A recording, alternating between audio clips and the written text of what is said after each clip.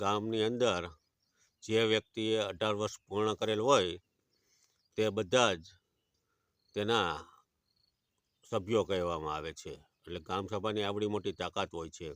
આજે ગ્રામસભા શું છે, ગ્રામસભાના શું કાર્ય હોય છે, ગ્રામસભાથી તમે શું કરી શકો છો, ગ્રામસભાને કેટલી તાકાત હોય છે તે તમને બતાવવામાં નથી આવી રહ્યું.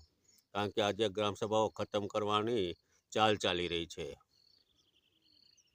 જો ગ્રામસભાઓમાં તાકાત ફરીથી જાગી જશે તો આજે જે કાંઈ આ બધું ખોટા નિર્ણયો થઈ રહ્યા છે તે થતાં બંધ થઈ જશે. એટલા માટે ગ્રામસભાની જે તાકાત છે તે તાકાતને આખી બરબાદ કરવાની ચાલ ચલાઈ રહી છે. ગ્રામસભા જ મોટી સભા છે. જો શ્રેષ્ઠમાં શ્રેષ્ઠ કોઈ સભા હોય તો તે ગ્રામસભા છે.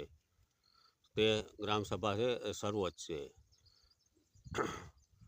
લોકસભા, સંસદ સભાને પણ ગ્રામસભાથી જ તાકાત મળે છે.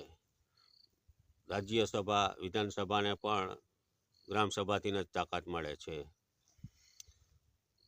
જિલ્લા પરિષદને પણ ગ્રામસભા દ્વારા જ તેને તાકાત મળે છે. તાલુકા પણ ગ્રામસભા દ્વારા જ તાકાત મળે છે. ગ્રામ પંચાયતને પણ ગ્રામસભા દ્વારા જ તાકાત મળે છે. સર્વોચ્ચ ન્યાયાલયને પણ ગ્રામસભા દ્વારા જ તાકાત મળે છે. એટલે ગ્રામસભા છે તે સૌથી ઊંચામાં ઊંચી સભા છે. તેના સભ્યો છે 18 વર્ષથી ઉપરનો કોઈ પણ નાગરિક હોય તે ગ્રામસભાનો સભ્ય છે.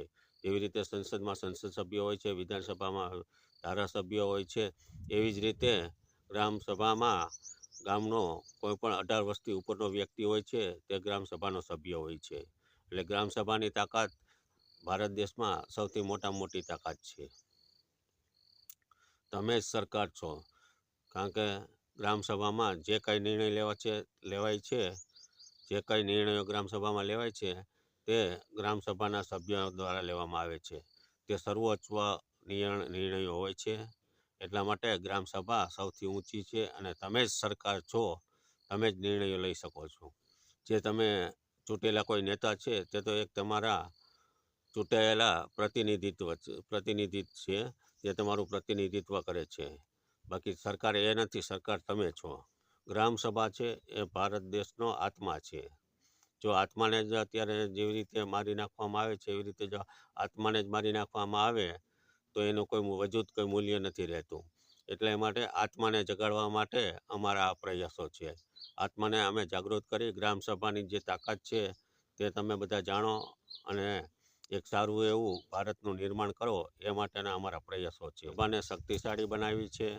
ગ્રામસભામાં જે કંઈ નિર્ણયો લેવામાં આવે તે સૌ ગામના સભ્યો દ્વારા આ નિર્ણયો લેવામાં આવે અને ગામ સભાની શું તાકાત છે અને જે તમે જનતા, તમે જ સરકાર છો, તમે શું કરી શકો એ બધા માટે જાગૃતિ લાવવાના અમારા પ્રયત્નો છે. તો તમે અમારા વિડીયો જોતા રહેજો અને અમારી સાથે જોડાઓ એવી અમારી પ્રાર્થના છે. આપણે આપણું ગામ, આપણો દેશને એક સમૃદ્ધ અને એક જાગૃત બનાવવાનો છે. કોઈ આલા મવાલાના હાથમાં આપણું પ્રતિનિધિત્વ ન વહી જાય એના માટેના આ બધા પ્રયત્નો છે. તો અમારી સાથે જોડાઓ અને ગામને જાગૃત કરો, ગામનો વિકાસ કરવામાં અને દેશની એક સારી એવી વ્યવસ્થિત આખી સંરચના સ્થપાય એ માટેના અમારા પ્રયત્નો છે. તો અમારી સાથે જોડાઓ અને અમારા વિડીયોને જોતા રહો. નમસ્કાર.